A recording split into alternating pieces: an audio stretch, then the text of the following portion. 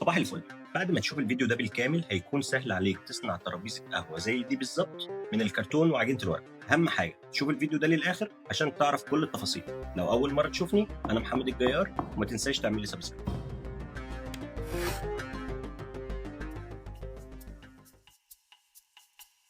أول حاجة هقطع المقاسات بتاعتي وهي 50 سم ارتفاع و60 سم قطر.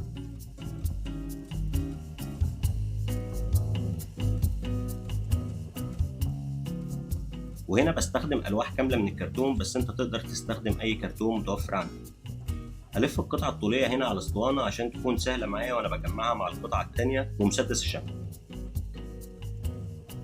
واستخدمت الفوم كحشو عشان يدي للترابيزة قوة ويخليها تستحمل الصدمات. ونزلت لأقرب محل مرايات وطلبت منه يقطع لي مراية قطر 55 عشان تكون القاعدة اللي هتتلزق في الترابيزة، وكمان قطعت إزازة فمية للقرصة قطر 60 سم.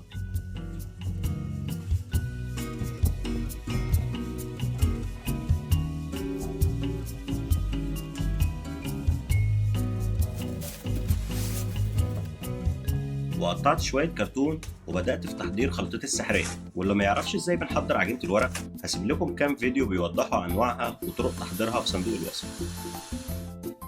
ولو لسه عندك اي سؤال عنها اكتبهولي في كومنت وانا هجاوبك عليه. دلوقتي هفرد العجينة على الشاسيه كله، وكنت بسيب علامات السكينة باينة مع شوية لمسات كده عشان تديني الشكل الطبيعي للحجارة وكأنها بير وحاجة قديمة وكده.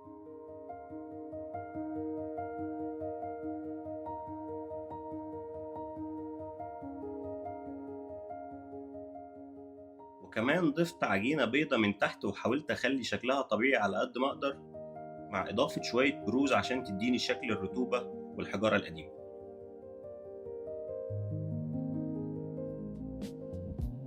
سبتها تنشف براحتها وبدأت في تجهيز الأكسسوارز والإضاءة اللي هيدلعوا ترابيزتنا الحلوة ويخلوها أقدم وأقدم.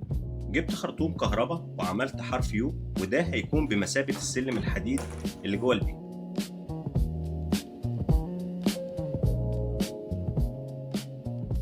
كان عندي دفاية قديمة خدت منها الوش الشبك وعملت بوكس، وده هيكون السبوت الإضاءة اللي هحط جواه اللمبة.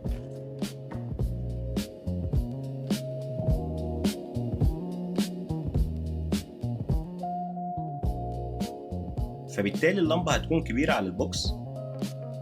قلت أفك البوردة وأوصلها على التيار دايركت، وده فعلا خلاها فينتج أكتر زي ما كنت متخيل.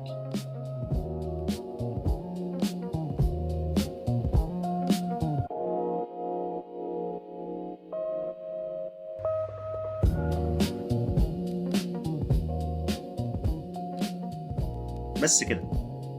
هل تحب ترابيزة زي دي تكون في بيتك؟ لو عجبك الفيديو ده ياريت تعمل لي لايك، ولو عايز تشوف أفكار كمان زي دي اعمل لي سبسكرايب. سلام عليكم.